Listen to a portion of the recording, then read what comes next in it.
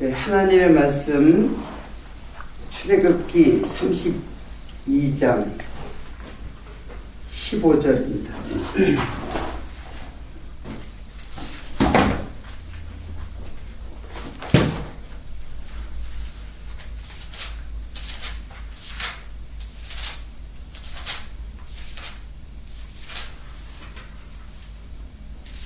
(32장 15절입니다)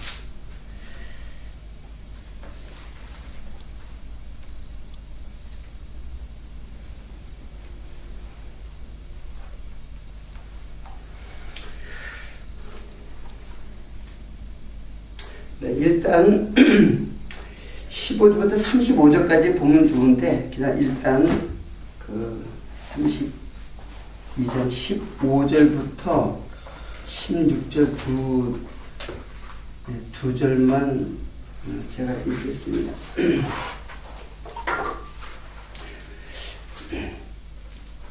모세가 돌이켜 산에서 내려오는데 증거의 두 판이 그 손에 있고 그 판의 양편 이편 저편에 글자가 있으니 그 판은 하나님이 만드신 것이요 글자는 하나님이 쓰셔서 판에 새기신 것이라. 35절까지 읽으면 좋은데 여러분들 나중에 읽어보시기를 바라겠습니다. 다시 그 하나님께서 그 모세에게 계명, 그때 처음에 주신 것이 이제 계명인데 계명을 어디에 기록했냐면 돌판에 기록했죠. 돌비라고도 하죠. 돌판에다 기록을 해가지고 두 판에다가 이렇게 두 손에, 여러분 모세와 십계라는 영화 봤는지 모르겠어요. 근데 거기 보면은 그 찰턴 헤스턴인가 그 사람이 판 두 개를 갖다 이렇게 하고 이제 홍해 건너는 그런 사건 쪽 이제 그런 내용을 갖다가 이제 성경의 내용을 갖다 영화에 한 건데 그 판에 이제 그 판 이거하고 이게 지금 그거 아니에요? 이게 첫 번째 돌판인데 첫 번째 돌판에 두 개의 돌판이 있었는데 이때도 마찬가지로 두 개의 돌판이에요. 그 돌판을 몇 번 썼는지 아시죠? 두 번 썼어요. 한 번은 돌판은 어때요? 여기서 깨져버리죠? 그리고 이거는 가나안까지 가는 돌판이에요. 이거는 깨진 돌판이고, 이거는 가나안까지 가는 돌판이에요. 나중에 이제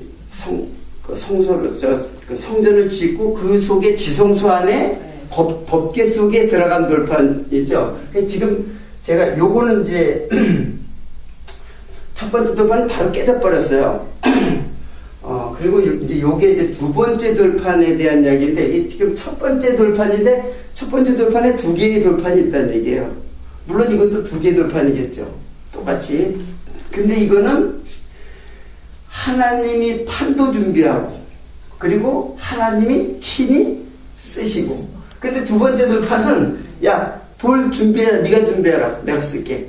그렇게 해서 이 내용을 보면은, 물론 그것도 의미가 있어요. 그 의미도 의미심장한데, 일단 하나님이 판을 갖다가 이제 쓰셨는데 그 계명이에요. 그러니까 우리가 십계명을 보면 알듯이 이쪽에는 5개의 계명이 있었겠죠. 그리고 이쪽에는 또 역시 5개의 계명이 쓰였겠죠. 5개의 계명이 두 돌판에 쓰였단 말이에요. 자, 그 돌판이 새겨졌을 때, 자, 이 뒤에 내용은 제가 이제 이야기식으로 이제 이야기를 할게요. 그래서 돌판을 가지고 내려왔는데, 이게 이스라엘 백성들이, 내가 이야기했듯이 이스라엘 백성들이 금송아지를 갖다가 이제 아론을 중심으로 해서 금송아지를 만들어 놓고 춤을 추면서 이제 그렇게 하는 내용이 나와요. 근데 거기에서 요거는 한번 좀 19절 한번 보세요. 18절. 그냥 이어서 계속 20절까지는 내가 봤어야 되는데, 자, 16절까지 읽었죠? 17절. 여호수아가 백성이 떠듦을 듣고 모세에게 진중에 싸우는 소리가 나나이다. 막 싸우는 소리가 시끄럽게 나는 거예요. 모세가 가로되 이는 승전가도 아니고 폐하여 부르는 노래도 아니다. 그런 노래가 아니다 이게. 나의 듣기에는 노래하는 소리로다 하고 진에 가까이 이르러 송아지야 그 춤추는 것을 보고 대노하여 손에서 그 판들을 산 아래로 던져 깨뜨리느냐. 바로 깨져버렸어요. 모세가 그들에게 만든 송아지를 가져 불살라 부수어 가루를 만들어 물에 뿌려 이스라엘 자손에게 마시니라. 모세가 엄청나게 화가 났죠. 자, 그래서 첫 번째 돌판이 깨지는데 왜 깨지냐면 바로 뭐예요? 금송아지. 자, 금송아지를 만들 때 어떻게 만드냐면 그 전에 뭐라 그러냐면 아론이 이제 32장에 1절 한번 보세요. 백성이 모세가 산에서 내려오미 더딤을 보고 모여 아론에게 이르러 가로되 일어나 우리를 인도할 신을 우리를 위하여 만들라. 이 모세 곧 우리를 애굽 땅에서 인도하여낸 이 사람은 어찌 되었는지 알지 못함이라. 자, 그래서 이제 금송아지를 만든 거예요. 그러니까 모세가 산에 올라갔는데 영 소식이 없어. 소식이 없으니까는 자기네들이 하나님을 만든 거예요. 하나님을 만들었는데 그 하나님을 자기네들이 인도할 신을 갖다가 그냥 너무 아무것도 광야에서 아무것도 없으니까는 그 신을 만들려고 그런 거예요. 근데 모세도 없죠. 자, 모세는 누구 상징이에요? 예수 상징이잖아요. 자, 인도자 모세도 없지. 그리고 모세가 가지고 와야 할 율법. 율법도 뭐예요? 역시 예수 그리스도란 말이에요. 근데 예수 그리스도가 없이 자기네들이 인도할 신을 만든 거예요. 그러니까 모세도 없고 율법도 아직 안 되는데 자기네들이 그 하나님을 만든 거예요. 근데 하나님을 어떻게 그들이 인식하고 있느냐면 우리를 위하여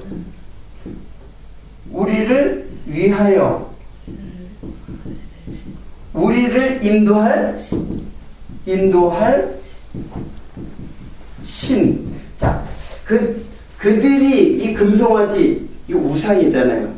우상인데, 그러니까 하나님의 뜻을 내려주지 않은 하나님이 아직까지 이스라엘 백성들에게 내가 너희 하나님이다라고 이제 율법을 줄 때 뭐라냐면 나는 애굽 너희 종되었던 집에서 인도하여 낸 너희 하나님 여호와로라 하고 이제 그 율법이 주어진단 말이에요. 근데 그것이 떨어지기 전에 만든 하나님, 그들이 만든 하나님, 그게 뭐냐면 우리를 위하여 우리를 인도할 신이에요. 이게 하나님이라는 뜻이에요. 자기네들이 생각하는 하나님. 근데 그 하나님이 율법이 도착하니까는 율법이 깨져버렸어요. 심판을 한 거죠. 자, 그리고 이 사건을 여러분이 쭉 이제 읽어보면 알겠지만은, 그러니까는 레위인을 시켜서 12지파가 있잖아요. 12지파에서 레위인을 시켜가지고 형제들 3,000명을 갖다가 도륙시켜요. 칼로 다 죽여버려요. 그리고 3,000명을 이게 다 하나님이 명하신 거예요. 그리고 이제 모세가 기도를 합니다. 자, 32장 계속해서 그 부분이에요. 32장 야, 여러분 찾아보세요. 32장 31절.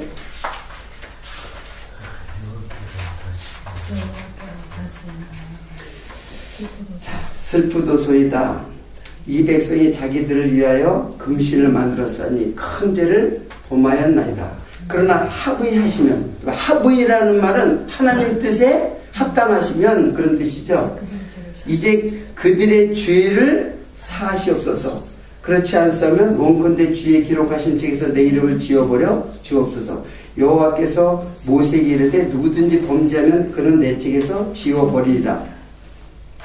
자, 이들이 자기네들을 위하여 자기를 인도할 신을 만들었는데 금송아지 만들고 춤추며 뛰놀고 즐거워하면서 뛰놀았다고 해서 너무 시끄럽게 막 뛰노니까는 여호수아가 이제 모세하고 둘이서 여호수아하고 굉장히 시끄러운 소리가 들리는데 저게 도대체 무슨 소리냐?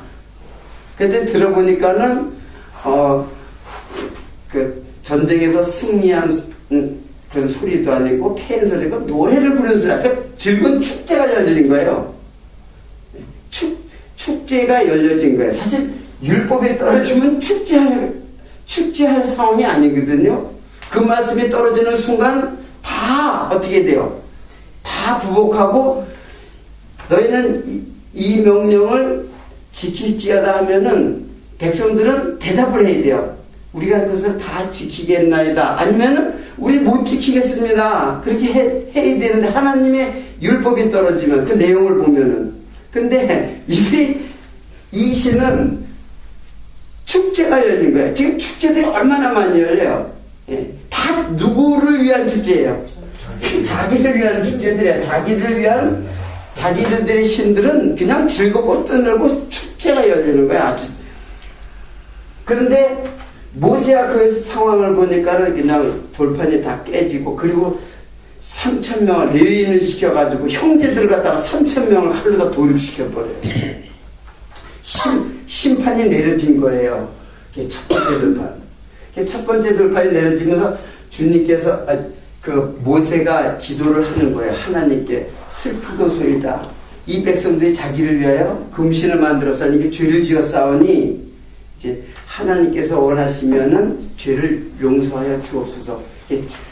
중보의 기도죠. 하나님의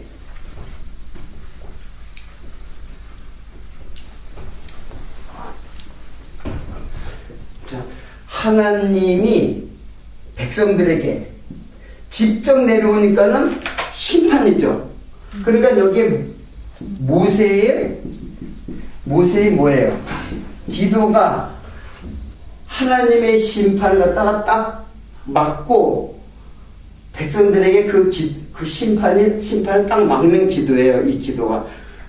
그러니까는 하나님 뭐라죠? 원컨대 주의 기록하신 책에서 내 이름을 지워버려 주옵소서 그래요. 그러니까는 모세의 이름을 지워달라는 것은 뭐예요? 생명책에서, 주의 기록한 책에서. 그렇죠? 주의 기록하신 책이라 했죠? 생명책이 뭔지 이제 알겠죠? 그게 성경책이란 말이에요. 지금 우리로 말하면. 생명책이 구원받을 사람들의 이름이 쫙 적혀있는 책이 아니고, 이 성경책이, 우리 지금 말하면 성경책이에요. 주의 기록하신 책이. 그러니까는 거기서 자기를 지워달라는 것은 뭐예요? 계시록 마지막에 그 책에서 지워져 버리는 것은 제하여 버리는 것은 영원한 심판, 영원한 멸망이죠. 모세가 그런 기도를 한단 말이에요. 그럼 모세는 그러면 하나님이 그 기도를 해도 하나님 그 기도를 들어주지는 않죠. 예? 그러나 이 기도는 바로 누구의 기도냐면 바로 예수의 기도예요. 예수님께서 기도를 했잖아요. 예? 마지막 엘리 엘리 라바 사박다니, 하나님이여 하나님이여 어찌하여 나를 버리시나이까. 그러니까 버림을 받는 거야. 실제로는 누가? 모세는 누구 상징이에요? 결국은 예수 그리스도 상징이잖아요. 그래가지고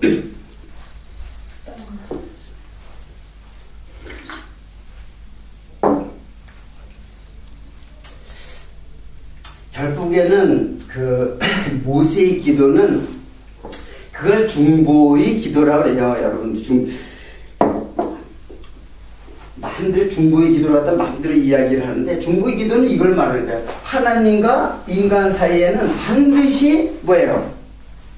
중보의 기도가 있어야 되고 화목의 제물이 있어야 돼요. 왜냐하면 죄를 지은 인간은 하나님과 원수가 되어버려요. 불의가 되어버린단 말이에요. 의라는 말의 이제 뜻은, 디카이오 수네라는 말은 그 관계적 용어예요. 하나님과 나 사이에 바른 관계, 그런 관계를 화목의 관계라 그래요. 근데 바르지 못한 관계가 불의의 관계잖아요. 그러니까는 불의의 관계, 즉 원수가 됐단 말이에요. 처음 아담 때 그 원수가 됐다는 것이 확인이 된 거예요. 그래서 원수되었던 인생들에게 의를 이루기 위해서는 반드시 화목하게 하는 제물이 필요한 거예요. 그래서 화목 제물이 대신 누구? 예수 그리스도를 상징하는 거예요. 그래서 화목 제물, 하나님과 인간 사이에 용서라는 것은 그냥 용서를 할 수가 없어요.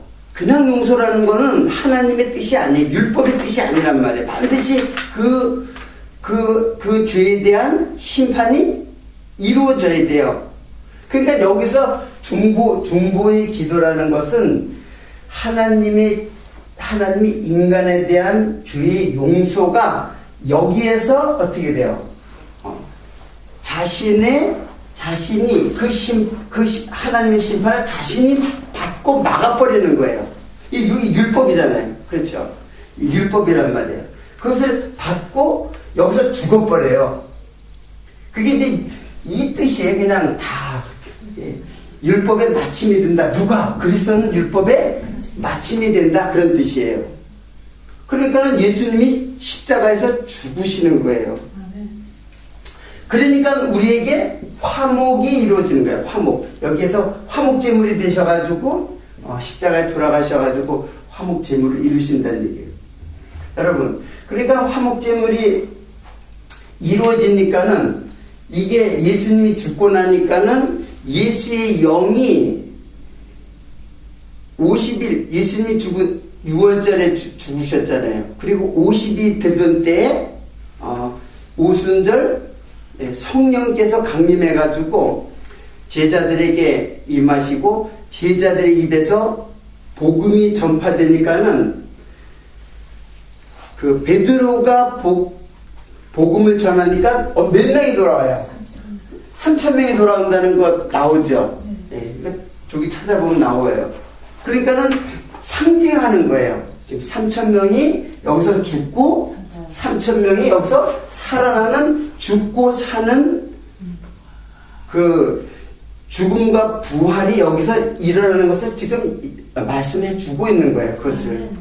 그것이 지금 이 세례, 구약에는 할례, 세례의 의미가 이제 실제적으로 여기서 성취되죠. 예수가 죽고 3,000명이 이제 살아나는 사건. 자, 근데 이제 그것이 이제 그 계명이라는 것이에요. 하나하나가 요것도 찾아보세요. 천천히 7장.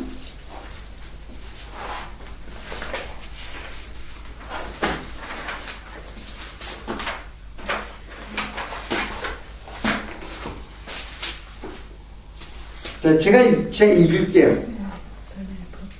전에 계명을 깨닫지 못할 때는 내가 살았더니 계명이 이름에 죄는 살아나고 나는 죽었도다.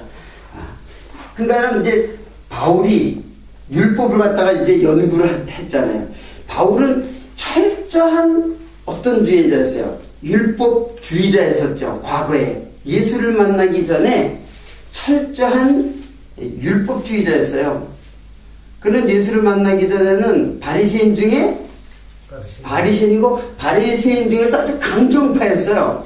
그래서 예수를 믿는 사람을 잡아서 죽이려고 했던 사람이란 말이에요. 다메섹 도상에서 이제 예수를 만나면서 이제 그가 변했는데, 그게 깨달으니까는 전에 계명을 깨닫지 못했을 때는 이제 그 말이에요.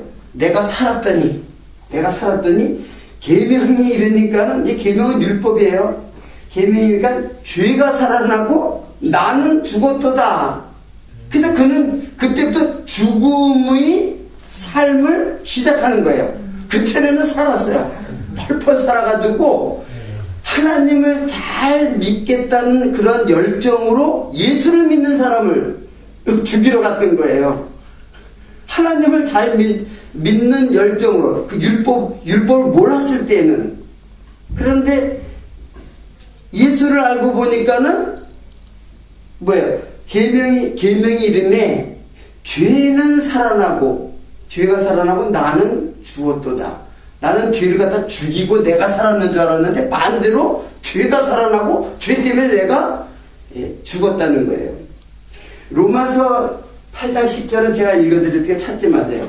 또 그리스도께서 너희 안에 계시면 몸은 죄로 인하여 죽은 것이나 영은 의로 인하여 사는 것이라. 자, 이 로마서도 다 누구의 글이에요? 다 바울의 글이잖아요.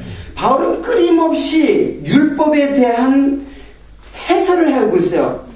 로마서는 말할 것도 없어요. 갈라디아서도 말할 것도 없고, 다른 서신서도 그것에 대한 해설이 계속 이어져요. 다른 거 해설하는 거 아니에요. 율법 해설하는 거예요. 그 성경 공부는 율법이 무엇인가를 아는 것이에요. 결국 율법이 무엇인가를 알고 그 율법을 통해서 누구를 결국은 아는 거예요. 예수 그리스도를 알게 하는 문화선생으로서의 성경 공부예요. 그러니까 예수를 알려면은 반드시 율법을 고쳐야 돼요. 율법이 무엇인지를 알아야 돼요. 바울처럼.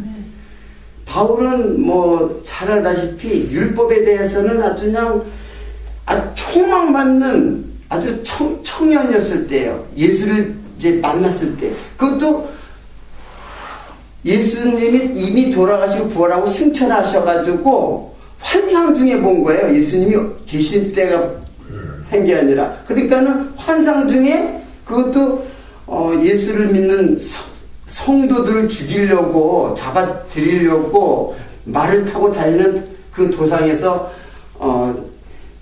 이제 예수님이 나타나서 니시 오니까 난 네가 핍박하는 예수다. 그래서 그는 변했어요. 완전히. 그 한순간에 눈이 감겨버렸어요.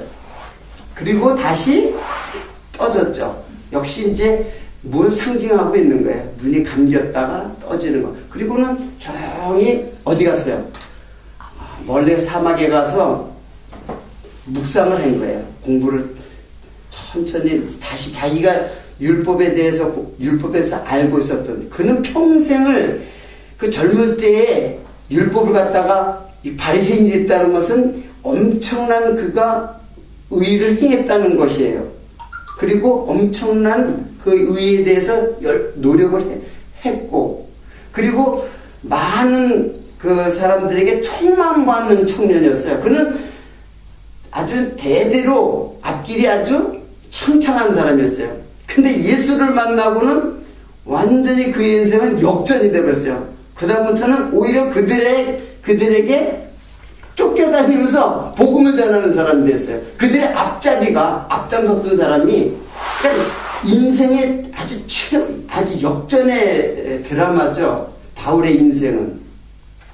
바울의 인생이 사실은 우리들의 인생이에요. 예수를 만나는 거는 우리 아주 바울의 그 드라마틱한 역전 있죠. 그 아주 씨름해서 다 졌는데 뒤집기로다가 반대로 다 넘겨뜨려버린 거랑 마찬가지란 말이에요. 다 죽어야 졌는데 마지막에 호미거리를 해가지고 넘겨뜨렸단 말이에요. 자, 그 인생의 역전은 바울의 인생의 역전만을 이야기하는 게 아니에요. 바로 하나님의 자녀가 다 그런 인생의 역전을 지금 하나님께서 성취하십니다. 하나님의 자녀들에게. 자, 그리고 이제 두 번째 이제 계명이 이제 떨어지는데 자꾸 우리가 시간이 많이 가니까는 그래서 두 번째 계명이 조금 그래 찾아봐요. 34절 보여.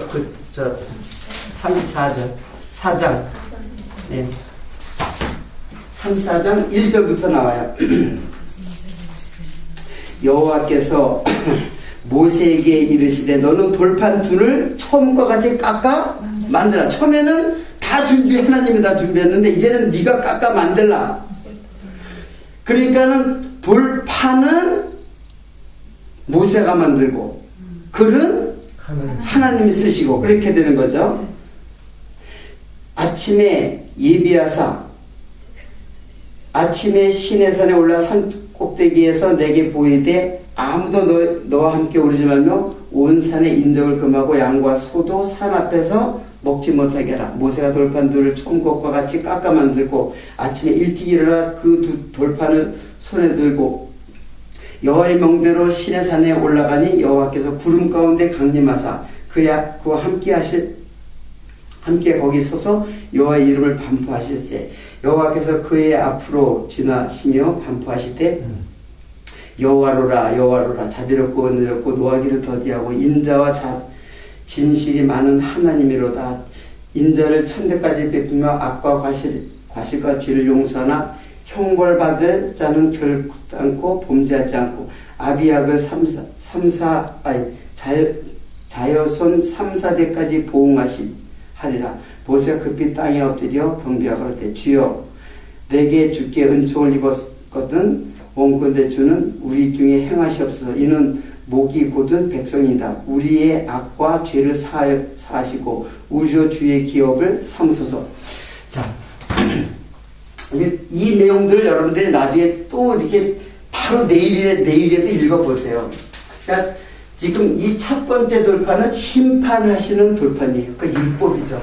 근데 두 번째 돌판은 이제 그 돌판이 이스라엘 백성들을 이끌어가요. 항상 그 법궤를 갖다가 법궤를 만들어가지고 그 법궤 속에 든 것을 제사장이 항상 앞장서요.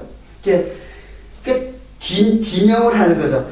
이제 진이 이렇게 유진할 때는 진을 치고 머물 때는 이 법궤를 중심으로 여기 셋, 여기 셋, 이렇게 셋, 이렇게 세 개씩 12지파가 이렇게 해요. 그리고 출발하면 여기 앞에 셋, 여기 이렇게 셋 이렇게 해서 가요.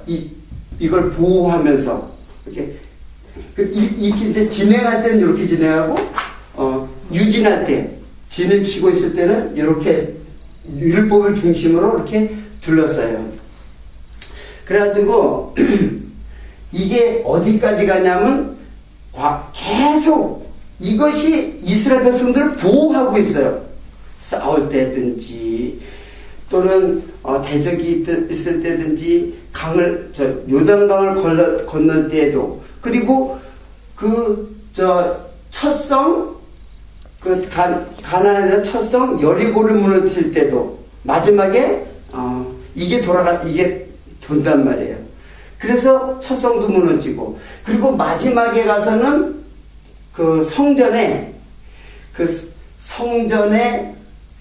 이제 솔로몬 때 성전이 있죠. 나라가 이제 굳건해지고 그리고 솔로몬 때 성전을 지어가지고 성전에 가장 성전이 이렇게 있잖아요. 번제단이 있고 물두멍이 있고 떡상, 향단, 촛대, 그 다음에 이 안에 휘장이 있어요. 이 휘장이 있죠. 두꺼운 이 정도로 두꺼운 휘장이 여기를 탁 가로막혀 있어요. 이 휘장도 폭이 10폭이나 돼요. 10계명을 의미해요, 사실. 그리고 여기에 법궤가 있어요. 그 법궤 안에 돌판이 있다고 해요. 이 돌판이 보관돼 있어요. 그러니까 이 첫 번째 돌판은 깨졌지만 이 돌판은 끝까지 이스라엘 백성들과 함께 어디까지 가요? 그러니까 이 돌판은 뭘 상징하는 거냐면은 내가 끝날까지 너희와 함께 하시리라 하는 성령의 약속이죠. 그러니까는 그 상징하는 거예요. 상징하는. 그러니까 이스라엘을 끝까지 이 돌판과 함께 가는 거예요. 근데 이 돌판 언약궤 안에 뭐가 있어요? 돌판도 있고 또 하나는 아론의 쌍난 지팡이 그리고 만나 항아리. 자, 이 세 가지는 이스라엘의 죄예요. 다 돌판이 바로 깨졌잖아요. 그 상징하는 그 돌판이 이스라엘 백성도 죽인단 말이에요. 그 돌판을 보면은 죽으니까 그 속에다 덮어버리는 거예요. 그래서 쉬운 대로 덮어버리는 거예요. 그리고 만나 가지고 불평하고 그랬죠. 그리고 쌍난 지팡이, 그때도 시험할 때 그 쌍난 지팡이 나가지고 이스라엘 백성들의 죄악사들이 다 드러나 있는 그것을 상징하는 것을 갖다 여기다 집어넣었단 말이에요. 그러니까 죄가 여기 있는데 그걸 죄를 갖다 시은자로 그걸 덮어버려요. 보지 못하게 그 죄를 갖다가. 그리고 그 위에다 피가 뿌려진단 말이에요. 여기서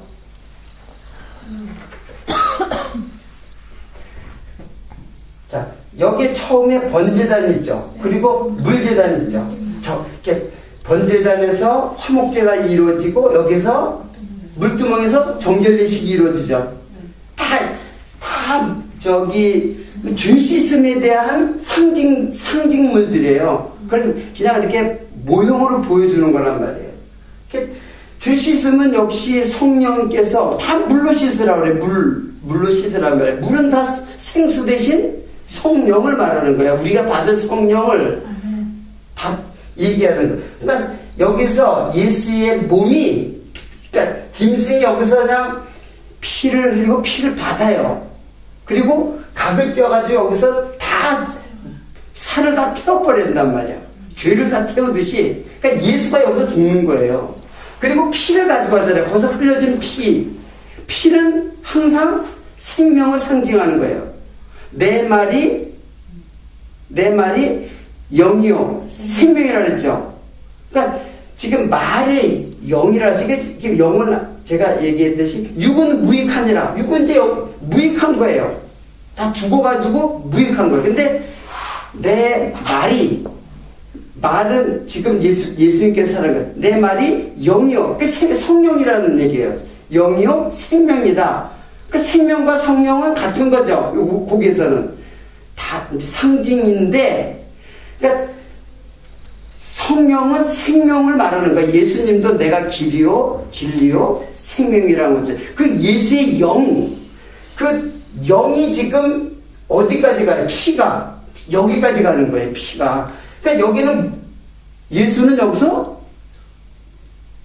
태워서 완전히 소멸시키고. 죄를 소멸시키고 의로 우리 의를 위해서 생명이 되시는 그 피, 영, 그게 여기로 들어가는 거예요.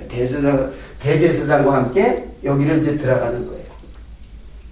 여기 들어가가지고 여기는 굉장히 오미한 곳이에요. 조금만 그 하나님의 예법을 갖다가 어기면 여기서 그냥 죽어요. 즉사를 해요. 여기. 그 죽었다고 또 끌어내면 그 사람도 죽어야 들어가지 못해요. 그래서 그 대제사장이 1년에 한 번만 들어가는 곳이에요. 여기서 모든 백성의 죄를, 그러니까 제사는 사실 1년 내내 매일 드려져요. 매일 드려지고 일주일에 한 번 드려지고 절기마다 드려지고 안식일마다 드려지고, 그리고 대제일 모든 백성들의 모든 죄를 속하는 대제일 때 대제사장이 여기로 들어가는 거야. 1년에 한 번. 그래가지고 여기서 그 예를 한다. 피를 뿌려가지고 여기에 속뜻에 피를 뿌려가지고 그 제사를 지내는데, 그래서 그 제사장의 발목에는 끈이 달려 있어요. 그 끈이 달려 있고 또 뭐가 달려 있냐면 에버 끝에 방울이 달려 있잖아요. 그 방울이 달려 있으면 여기서는 방울 소리밖에 안 들려요. 여기는 못 들어가고 가려져 있으니까는. 그 방울 소리가 들릴 때마다 지금 제사가 진행되고 있구나. 우리의 죄가 용서되고 있구나. 근데 바울이 멈추는 날에는 야, 이거 제사장이 이 제사가 지금 잘못됐구나 그런 뜻이잖아요. 그래가지고 제사 잘못됐다고 제사장이 죽은 거란 말이에요. 거기서 잘못하면 죽는 거예요. 얼마나 무서운 곳인지. 그래서 죽으면은 끈으로 묶은 그 끈으로 잡아당겨서 제사장을 끌어내야 돼요. 그러니까 온 이스라엘 백성들이 방울 소리를 갖다가 찰랑찰랑 하는 방울 소리를 다 듣는 거예요. 그게 복음의 소리죠. 그게 들려져야 된단 말이에요. 자, 이렇게 구약에서 이스라엘 백성들이 돌판에 의지해가지고 첫 번째 돌판에서 죽었죠. 다 죽어야 되는데 모세가 딱 막아버렸죠. 하나님 슬프도소이다. 우리 죄를 용서해 주시옵소서. 합의하시면 나를 지옥에 보내주십시오. 그거하고 똑같은 거잖아요. 그래서 예수님이 그 기도를 한 거예요.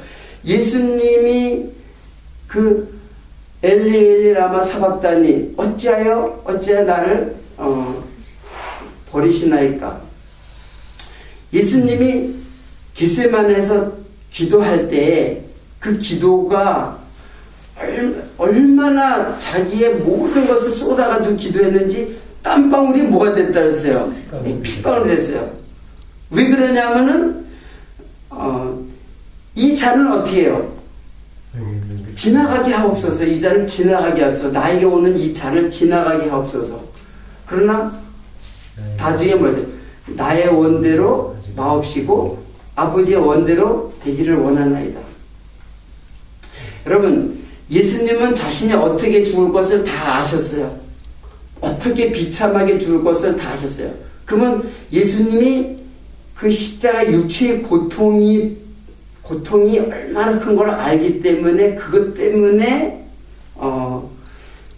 그 잔을 갖다가 내게서 지나가게 해달라고 한 것이 아니에요. 사실은 육체의 고통 때문에 그런 것이 아니에요. 육체의 고통은 사실 십자가의 그거는 예수님보다 더 비참하게 죽는 사람들도 얼마든지 있어요. 그러니까 우리는 생각하기를 예수님 내 그 못이 가시관이 머리에 씌워지니까는 막 눈까지 찔리고 그래 아주 굉장히 큰 가시거든. 그게 꽉 씌워질 때 얼굴에 피가 촥 흐른단 말이에요. 그러니까 눈도 못 뜰 정도로 그냥. 그리고 못이 박히고 발에도 못이 박히고 죽는 그것을 주님이 다 알고 계셨지만은 주님이 지금 고통스러워 피가 떨어지는 고통은 그 육체의 고통이 아니에요. 그 고통 때문에 그거 죄해달라고 하는 게 아니에요. 지금 예수님이 그 피가 떨어지는 그 기도는 뭐냐면은 하나님과의 떨어짐을 지금 그 고통을 지금 감지를 하고 기도를 하는 거예요. 육체의 고통은 참을 수 있는데 우리 솔직히 인간들도 그거보다 더 비참하게. 여러분, 이조 시대에 능지처참이라는 게 있어요. 능지처참 아시나요? 능지처참이 뭐냐면은 아주 중범죄를 갖다가 국가의 법으로 능지처참을 하는데 손에 여기에 묶어가지고 소가 끓어요. 여기도 묶어서 소가 끓어요. 다리 다 소가 끓어요. 그래가지고 그러면 어떻게 돼요? 소가 이게 어떻게 돼요? 다 찢어지는 거예요. 그 고통은 말로 할 수 없겠죠. 뭐 역사적으로 예수님의 제자들도 마찬가지로 그 당시에 성도들이 톱에 켜 죽이기도 하고 기름에 끓는 기름에 거기서 죽었단 말이에요. 그리고 사자에게서 찢겨서 죽는단 말이에요. 그러니까 육체의 고통은 그것 때문에 우리가 어떤 감정적인 그런 것에 의해서 예수님 얼마나 아프셨을까, 그런 어떤 감정을 갖다가 자아내기 위해서 그 십자가의 고통을 갖다가 말씀하는 게 아니에요. 이거는 진정한 고통은 어디에 있느냐면 하나님과의 떨어짐이에요. 여러분들이 이 세상에서 당하는 고통, 그거 아무것도 아니야. 아무것도 아니에요, 진짜로. 그보다 1000배, 10,000배, 수억 배나 고통스러운, 지금 우리 전도사님 얼마나 고통, 입의 고통은 굉장히 큰 거거든. 다른 어떤 것보다도, 손톱에 티끌 하나 있어도 사실 굉장히 고통스러운 거예요, 사실은. 다른 사람 아픈 것보다 내 손톱에 티끌은 아주 나한테 굉장히 큰 고통이에요. 여러분, 우리 몸에 나타나는 고통들 있죠? 그걸 통해서 하나님의 그 진리를 깨달을 줄 알아야 돼요. 저는, 우리 전도사님의 고통을 제가, 다는 모르죠. 그걸 경험해야지 알죠. 그러나 10분 이해를 해요. 이해를 하고, 느끼고, 그래요. 같이 있으면 더 많이 느껴요. 같이 있으니까, 자꾸 이제 말씀하시니까. 혀는 굉장히 중요하거든요. 혀의 고통은 온몸을 그냥 다 장악해버려요. 저는 여기 피곤하면 여기 피멍에서도 몸이 벌써 틀려요. 몸 전체가 틀려요. 입은 그런 거예요. 육체적인 거지만은. 그러니까는 굉장히 커요. 근데 정말로 큰 것은 그것은 아무것도 아니에요. 영원한 고통, 하나님과 영원히 떨어지는 그 고통은 그것을 비교할 수가 없는 고통이란 말이에요. 지금 예수님의 기도는 그 고통을 지금 기도하고 있는 거예요. 육체의 고통은 잠시 그냥 죽음 때까지 인내하고 그냥 죽으면 되잖아요. 인내할 수 있단 말이에요, 그거는. 근데 영원한 하나님과의 떨어짐의 고통은 그거는 상상을 초월하는 거예요. 그 고통을 지금 여기서 받고 있잖아요. 이게 나한테 떨어지지 않게. 지금 모세 기도가 그 3,000명을 죽인 것은 그냥 모형적으로 죽인 거예요. 하나님의 진노가 얼마나 갑자기 그냥 다 칼로다가 막 죽이니까는 그 하나님의 진노를 모형적으로 보여줬던 거예요. 그러나 모세의 기도, 모세의 기도, 중보의 기도에 내가 마가복음을 넣은 거예요. 엘레 라마 사막다니. 나의 뜻대로 마옵시고 아버지 뜻대로 되기를 원한다. 그래가지고 죽으셨단 말이에요. 그러니까는 지금 이걸 모형적으로 보여주는 사건. 그래서 첫 번째 돌판 이거는 뭐예요? 그러니까 심판이죠. 심판이고 이거는 구원이죠. 죽고 사는 거예요. 여기서 죽고 사는 것. 그 두 번째 돌판만 있으면 돼요. 이스라엘. 그것도 모형이에요. 이스라엘. 그 나중에 성전도 다 불타버리잖아요. 다.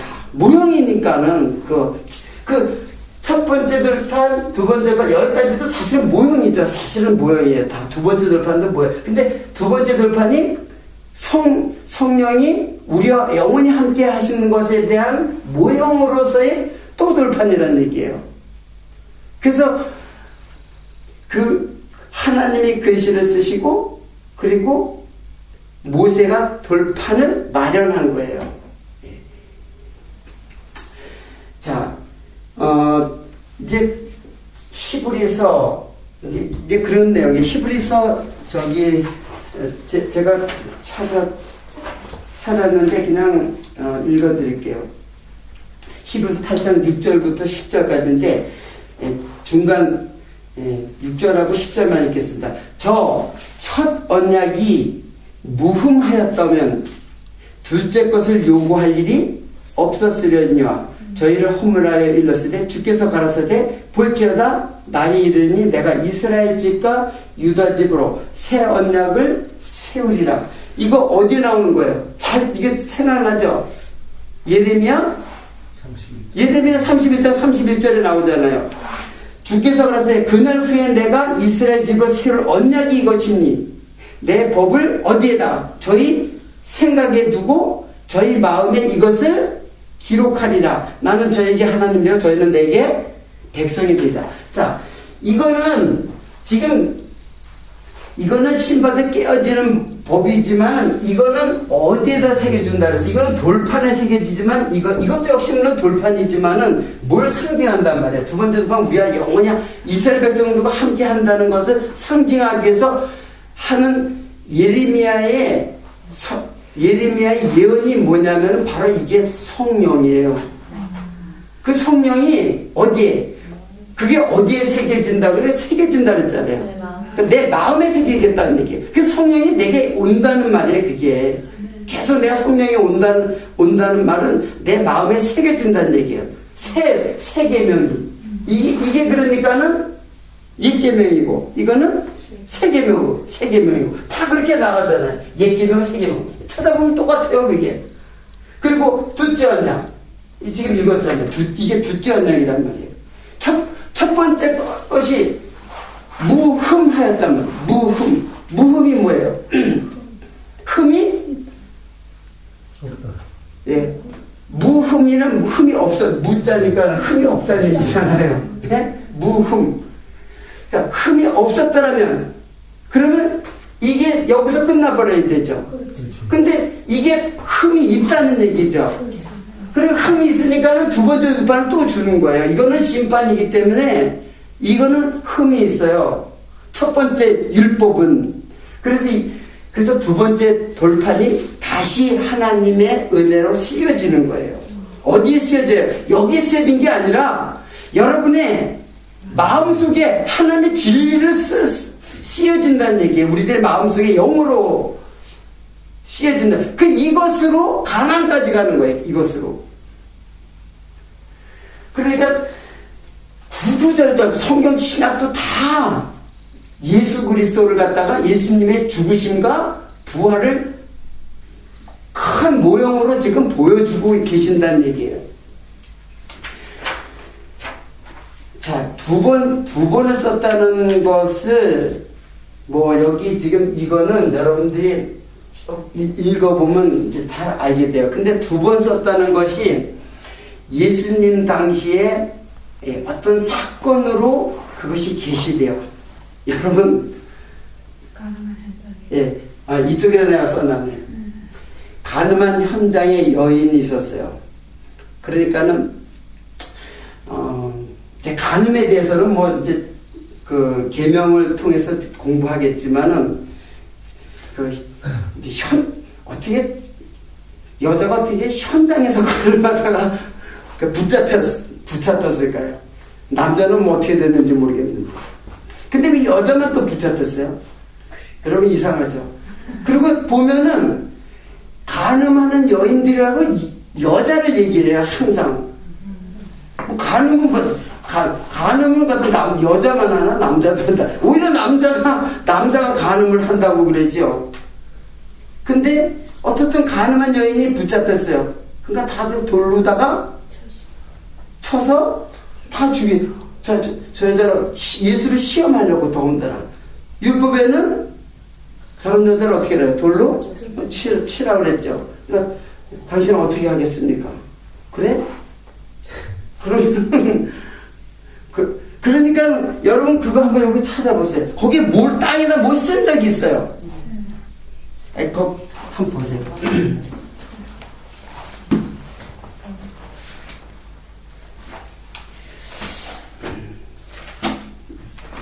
요한복음 8장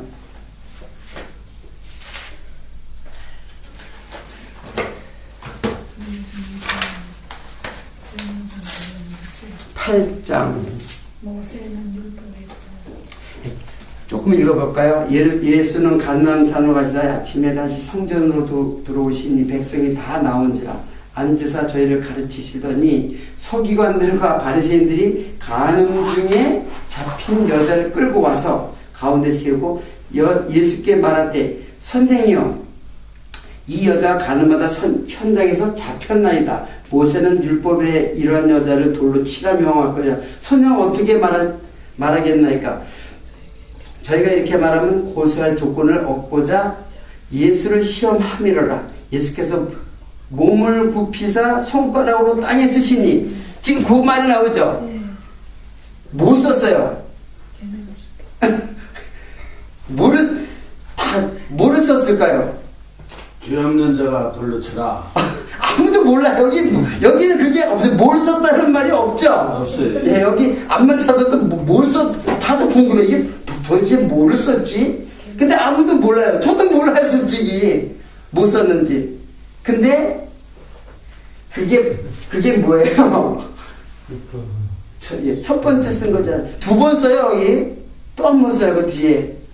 두 번 쓴단 말이에요. 첫 번째 돌판이 쓰여지는 것처럼. 그러니까는 상징하는 거예요. 예. 가늠한 자는, 가늠하지 말라라는 것을 유추를 하는 거예요.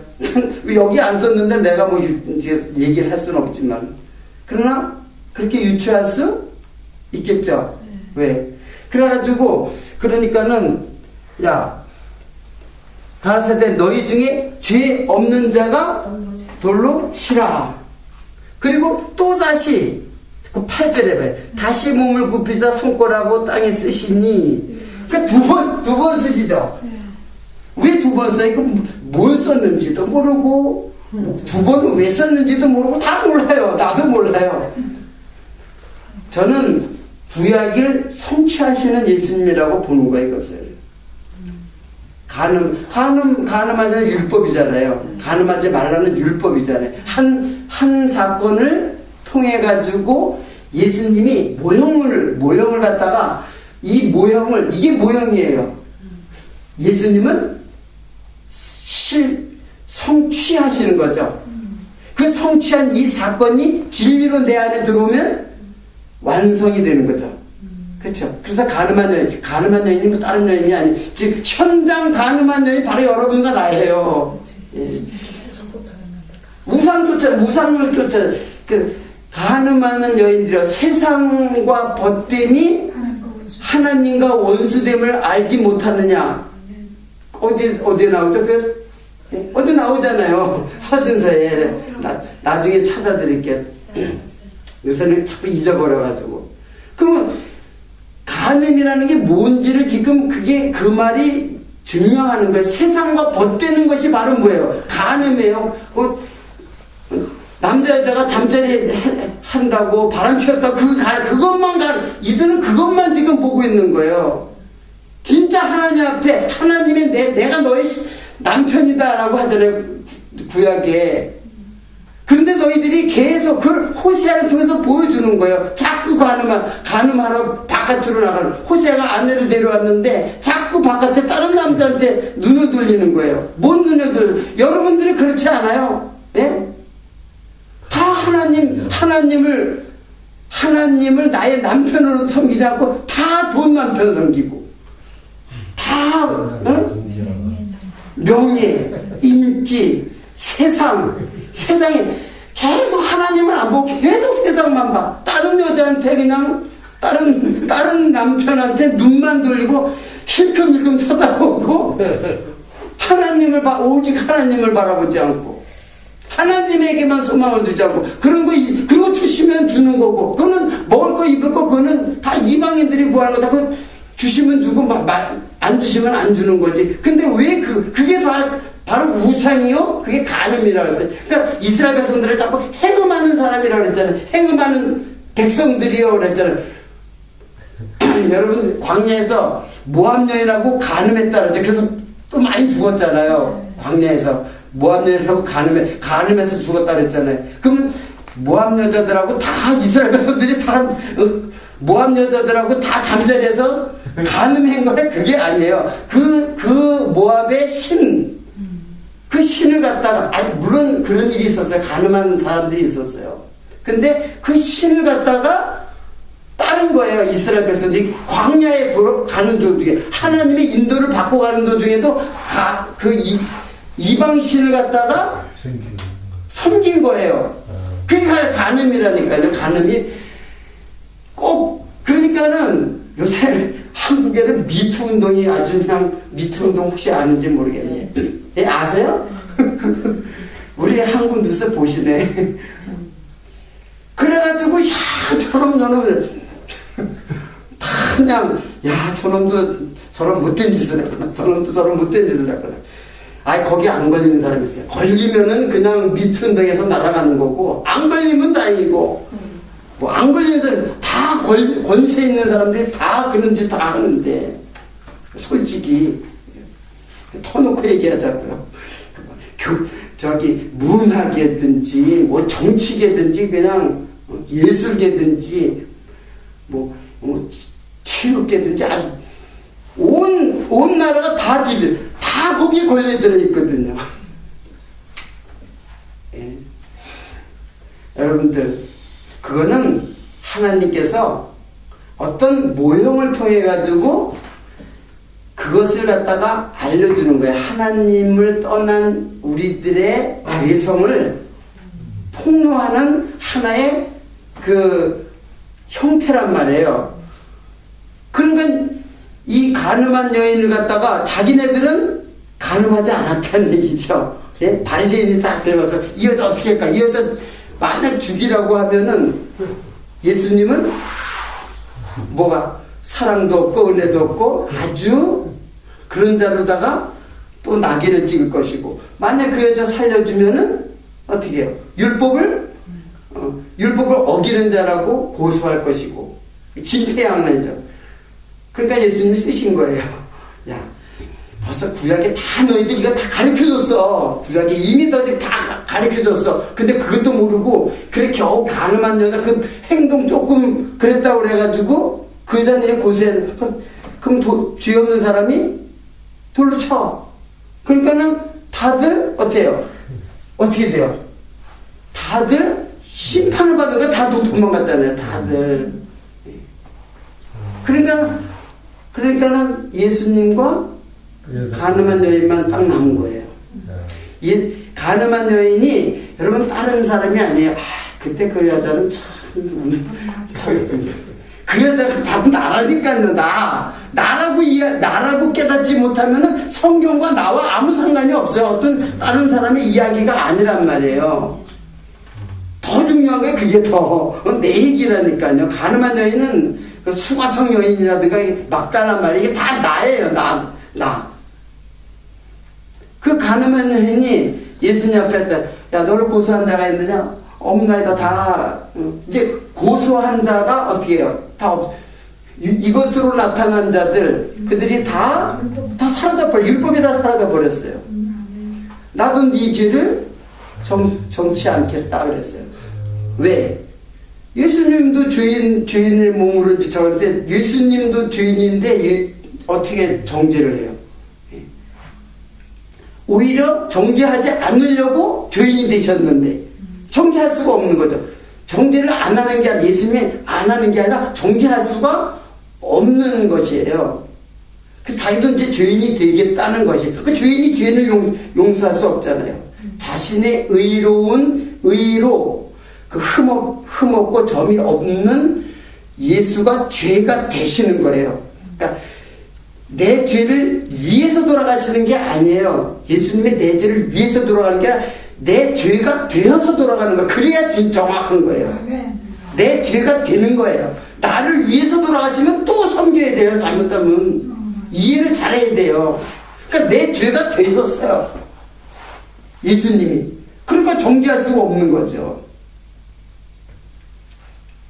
그러니까는 또 예수님이 그래 또 뭐라 해요? 다시는 뭐라 그랬어요? 이런 죄를 범치 말라 그랬죠. 여러분 그 해석을 정확하게 해야 돼요. 다시는 이런 죄를 행치 마. 그러니까 너 다시 가서 남자들하고 가늠하지 마. 그 얘기처럼 들리죠. 안 그래요? 안 그래 솔직히. 너 그런 죄를 그런 죄라니까는 그런 죄가 뭐야? 간음죄 아니에요. 그런 죄를 다시는 범치 말라. 그러니까 너 다시는 간음하지 말라 그렇게 한 것처럼 들리잖아요. 그러면 또 다시 어떻게 해요? 그 여자가 간음을 하지 않았을까요? 그거는 뭐 여기 기록이 안 돼 있으니까는 알 수는 없죠. 그러나 그 여자가 간음할 가능성도 있겠죠. 간음할 가능성이 있다는 것은 그 다음에는 내가 죄를 다 예수를 믿는다면은 예수님의 용서를 받는다면 죄를 짓지 않겠다 하지 않는다는 것하고 똑같은 거예요. 간음죄는 다 모든 죄를 또 나름대로 상징하고 있는 거예요. 모든 죄를 그냥 간음죄라는 것을 드러낸 거죠. 모든 죄는 다 하나예요. 다. 그러면 이 여자는 그러면 또다시 간음죄를 짓게 되면 그런 죄를 짓지 말라고 예수님이 한 것이 아니라는 것을 우리가 알 수 있죠. 그럼 다시 또 율법주의로 또 들어간단 말이에요. 또 의무가 되고 법을 어떻게 돼요? 또 지켜야 되고 다시 내가 이제 용서했으니까 또 그런 죄 지으면 너 이제 용서 못했다 그런 뜻이 아니라는 얘기네 말이에요. 이제는 율법의 심판을 받는 그런 죄, 간음죄, 율법의 심판을 받는 죄, 그런 죄 짓지 말라는 거예요. 이제 그 죄에서 어떻게 된 거예요? 해방된 거예요. 또 죄를 지어도 할 수 없어요. 지을 수밖에 없는 몸인데 어떻게 안 져요? 예? 그게 그 여자의 직업이에요, 여러분. 나의 직업이라면 내가 죄 짓는 내 직업이다. 그 여자의 창녀는 그 여자의 직업이었어요. 근데 돈 벌어먹고 살아야지 또 간음죄를 또 지을 수밖에 없는 거예요. 살아가기 때문에. 우리가 죽으면 괜찮죠. 살아가면 죄를 짓는다니까요. 근데 이제는 이 율법에 의한 정죄받는 그런 죄 짓지 말라 얘기해요. 그런 죄 이제 안 짓게 돼 있어요, 이제는. 여러분. 우리가 또 죄를 지어도 이제는 뭐예요? 우리가 예수 그리스도가 내 안에 있지만 죄 안 지어져요. 짓죠. 이제는 다른 거예요. 법이 없는 이제 이 율법, 그 심판의 법이 없는 그냥 이게 용서예요. 용서가 진정한 용서는 법이 사라지는 거예요. 용서라는 것을 아주 천한 그 낮은 수준에서 그런 인간이 하는 용서를 갖다가 지금 이 거룩한 이 용서라는 것은 사랑이에요. 하나님의 거룩한 사랑인데 그런 인간의 아주 치졸한 그런 아주 인심후한 것 같은 그런 용서를 말하는 게 아니에요. 법을 없애는 게 용서예요. 지금 예수님이 십자가상에서 뭐예요? 율법을 마친 게 그게 용서라니까요. 그러니까 사랑이 용서예요. 다 모든 사랑이, 이게 온전한 사랑이 그게 용서예요. 법이 사라지는 게 용서예요. 하나님과 하늘과 이게 하늘 여기 땅, 이 땅에서 하늘을 이해해버리면 이게 사라지면서 용서가 되는 거예요. 다 이거를 알게 되면 여기 있는 모든 것들이 용서돼요. 여러분 용서 못할 게 뭐 있어요, 솔직히. 그 내 감정 싸움이지. 자기 감정 때문에 미워지고 용서 못하고 그런 거지. 자기 감정이지. 그게 자기 감정이 자기 죄인 줄도 모르고 그걸로다가 용서 못하는 거예요. 하나님의 엄청난 사랑이 지금 폭포수같이 우리에게 쏟아졌는데 그래 겨우 내 감정이 더 중요해요. 이게 항상 얘기해요. 내 감정이 뭐가 그렇게 중요하냔 말이에요. 그거 버리는 게 그렇게 힘들어요. 그 감정 그거 하나님하고 대항하고 있다니까. 그게 내 감정이 자존심이라고 하는 것이. 여러분 하나님한테 그 자존심 그 별거 아니잖아요. 내려놓으세요. 그거 그러면은 그냥 용서할 것도 없어요. 그냥 용서할 것이 뭐가 있어요. 다 그 자존심 때문에 용서를 못하는 거예요. 하나님과 대항하고 있는 그게 얼마나 무서운 거예요. 하나님하고 대항한다니까. 내 그 자존심이. 이 자존심은 건들지 못하게 하는 거야. 아무도 못 건드려. 내 자존심 건드리면 하나님도 용서를 안 해. 하나님도 용서를 안 해. 내 자존심 때문에 사람을 용서하는 게 아니라 하나님을 용서 안 하는 거예요. 여러분들 이 얼마나 무서운 죄를 짓고 있어요. 그러면서 자기는 깨끗하다고 착하다고 했고 뭐가 착하고 뭐가 깨끗해요. 속에는 엄청난 더러운 더럽고 추악한 부패한 것이 가득한데 겉으로만 깨끗하게 하고 신사복 입고 깨끗한 옷만 입으면 몸이 깨끗하나요?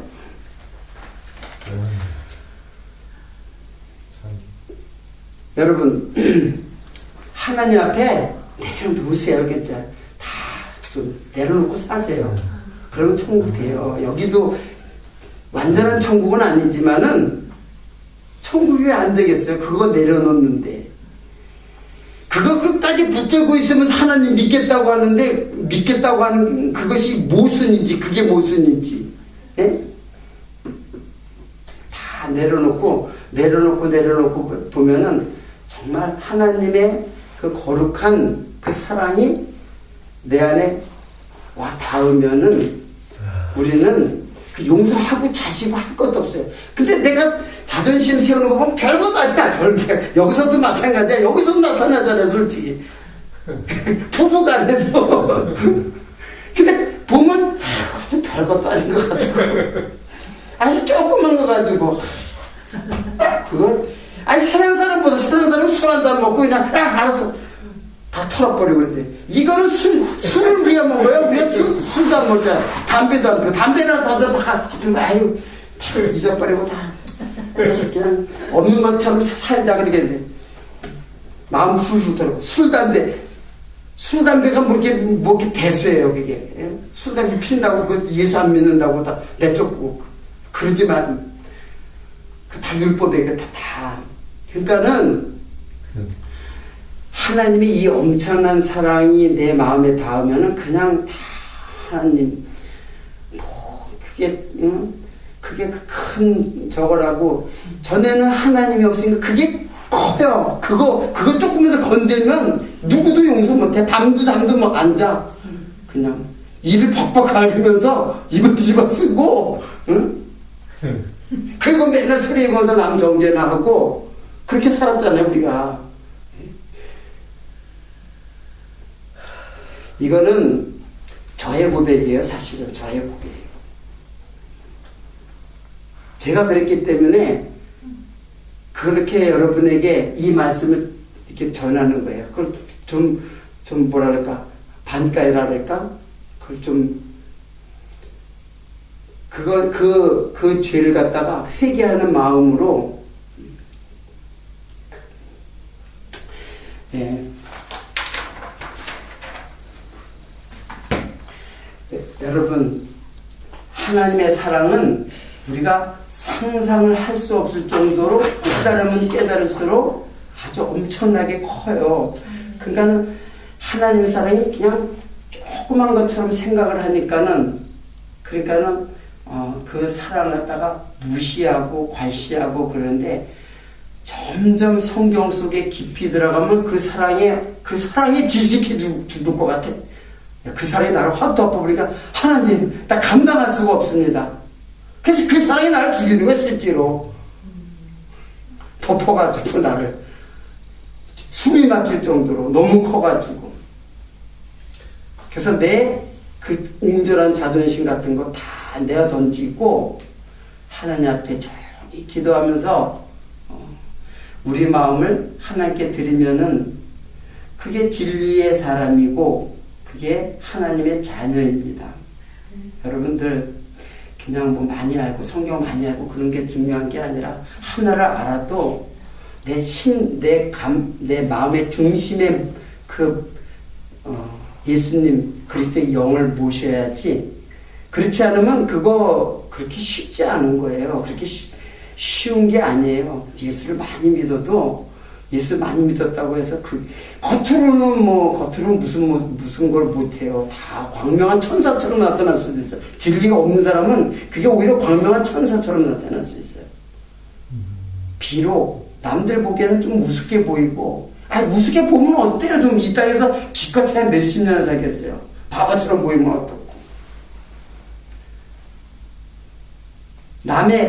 세상에 남이 보는 평가로 우리가 살아가는 껍데기 인생이 아니잖아요. 내 안에 중심에 그 알곡으로 살아가는 사람이지. 바람 불면은 남들이 보는 것에 의해서 내가 살아가는 꼭대기 인생이란 말이에요. 꼭대기 인생. 언제나 남을 의식하고 하나님만 의식하세요. 하나님만 의식하고 하나님 내게 주신 사랑 속에서 살아가면은 그게 하나님의 충실한 종이고 하나님의 진실한 자녀들입니다. 그 자녀들, 그 양자의 영이 여러분의 마음속에서 여러분을 다 장악하고 여러분의 삶을 이끌어 가시기를 소원하고 기도를 드립니다. 아멘. 기도